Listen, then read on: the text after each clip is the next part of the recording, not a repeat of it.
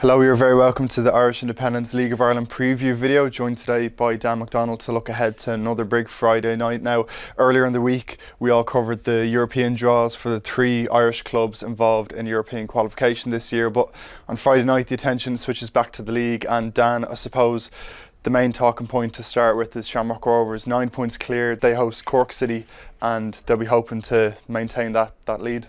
Yeah, I think the thing about the European draws is what it symbolises is that a lot of the teams, unfortunately just 3 teams rather than 4 teams, are going to go into a league recess. They pretty much don't play any league games after a certain point in July, and I think Shamrock Rovers have a run of games. Like, you chat to some people around the place and they're kind of wondering, can they get to 50 points before Europe, or can they get to in or around 50 points before Europe? Because if they do, I'm not saying they can relax and enjoy Europe, but it certainly gives them a considerable cushion. So I think they obviously play Bohs on Monday, and we'll talk about Bohs in a second. It looks like if we're going to have a title battle at the moment, like, Bohs are the one that are close enough to strike with their games in hand. But you sort of need you sort of need Rovers to drop some points in these games from a neutral perspective. But at home to Cork City on Friday, I covered the corresponding game earlier in the season in Tala, and it was the easiest 3 points I think Rovers had all season. But I do think that as new management of Cork City, maybe it'll be a different type of game. I think the slight fear would be they played very well against Shelbourne, but they were, by all accounts, pretty poor against Bohs last Friday. So it's very hard to construct a form angle that Rovers will drop points. They made 7 changes on Monday.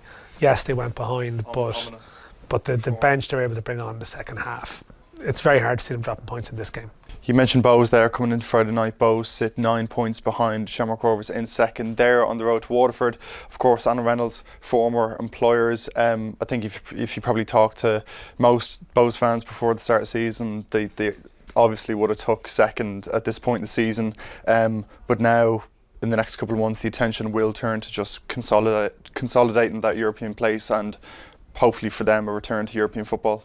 Well, this is the thing, like, they want to be back in Europe, but it is an advantage to them this year not being in Europe, just purely because, like, they have yes, they have to play Rovers on Monday now, but after that they have quite a structured calendar that when everyone is off in the European zone, like, they're going to be playing on Fridays through July. A few games in hand as well. Yeah, but the games in hand are those games though. So, like, they're going to have, they'll have games a week apart on Friday nights, and, like, they have a good squad, so they're not going to have any issues with, say, numbers. Yes, they need to probably replace Sean Grehan, and I'm sure they're looking to strengthen, and who knows, maybe just challenging allow them to push the boat a little bit more in that department. But with other clubs likely to, what you have a situation now, and we'll talk about them in a minute, like Shells want to go on a European run now, Pats want to go on a European run now. Fingers crossed for them that they do. But if they do, that means August for them is going to be very busy with all the games. Bohs aren't going to have that concern, and it gives them a great chance of consolidating, as you said, the European place. And if they can win this game, it leaves them in a terrific position going into Monday. They did win in Waterford earlier in the season. I kind of think Waterford, like, I watched them a bit of the game against Sligo Rovers last week. Since John Coleman has come in, it seems like some of their performance levels have been very good. Just the results haven't been. So I don't think it's a foregone conclusion at all that Bohs go and win this game. I think Waterford will be stronger after the break. They are struggling on bodies, but it's not a foregone conclusion that Bohs go and win. You mentioned Shells there, and obviously the European draw, bringing up a Mountwater and tie against Linfield next month. But league-wise, Shells are home to Derry City this Friday night. You covered the first game of the season, didn't you, at Tolka? They started the season in the perfect way, and they'll be hoping for a similar result on Friday as well. At least if the lights go this week, hopefully, with this good weather, it'll sustain through till to 9:30. Yeah, and I suppose that night, Shells absolutely smashed Derry. Derry looked very weak, unprepared for, like, the Shells onslaught. It would have been Sean Boyd and Meepo up top, and obviously a lot has happened since then. That maybe combination hasn't worked out. Boyd's been injured. I think Meepo has just struggled with consistency, and Derry have I guess you would say bounced back until the last 3 to 4 weeks, where all of a sudden they look like a team that doesn't quite know what they are yet. They have a lot of good players, but do they have a clear identity? And I kind of wonder, like, will Shells take something from Monday and bring it into Friday? But I don't know. They had a tough. They've had some tough games. Weirdly, while Derry is synonymous with the league win last year, they actually are a team that they've struggled to beat generally in recent seasons for whatever reason. More so in the Brandywell, but even the games in Tolka Park last year. That's why it was a big thing for them to beat them so comprehensively on the opening day. But Shells, I think Europe, there's a great opportunity for them in Europe now. There's no denying they have a great opportunity in Europe. But they can't take the eye off the ball in the league completely or at all, because they need to be back in Europe next year. I mean, the worst case scenario for Shells still has to involve them qualifying for Europe, I think. No, I was talking to a couple of the Shells, Demi Duff and a couple of the Shells players on Monday night after that big Dublin Derby win away to St. Pat's, obviously bringing St. Pat's 13-month home record to an end. And I know we'll hear from Paddy Barrett on Friday, but just getting that consistency back. And he was kind of speaking about how they have had a big result or two so far this season, but they've yet to kind of back it up and go on a little bit of a run, so they'll be looking to do that. Shelbourne found out their European opposition during the week as well, and St. Pat's did the same. Of course, they're facing Lithuanian opposition in the Conference League first round qualifier, but just looking at the league, they go to Galway United. Stephen Kenny's men really looking for that bit of momentum after a derby defeat last Monday, but AMDC Park's a tough place to go, we all know that.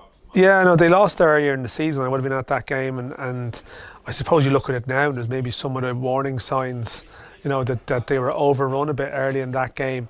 Then had a lot of the ball at times without being. Aidan Keane scored that amazing goal, but then they couldn't. They had a whole second half really, and they couldn't come back. And Pat's one's a bit of a mystery, because they have a lot of the players on paper, they're just not performing. And I think it's a challenge for Stephen Kenny to lift them back up, because some of those players are in good contracts, good deals, and they can do it. But they're just not. They've been really inconsistent. Maybe I would have thought that they don't necessarily need to bring in new players, but maybe they just need to do that, even just to freshen it up a bit. And sometimes you have to make a statement by dropping a high-profile player and, I don't know, bombing them a little bit or something. They have to try something. I will say the European draw, the first one is toughish, but the second round they couldn't have got a better outcome. So maybe there could be a bit of a refocus there, and they can see a path into Europe. And look, last year their league form was actually really poor around this time, and it was Europe that almost helped to elevate their league form. So they need the same again, but I don't know where Galway are going to finish this year. It feels like they're going to be mid-table. They have in recent weeks. They've drawn away in Derry. They've drawn away in Tala. They were conceding more goals earlier in the season than they did last year. They seem to have got a little bit of their defensive mojo back. But I think it's a difficult place. I know tough place to go is a dreadful cliche, but I think at this moment in time for Pats, it's a tough place to go to build momentum.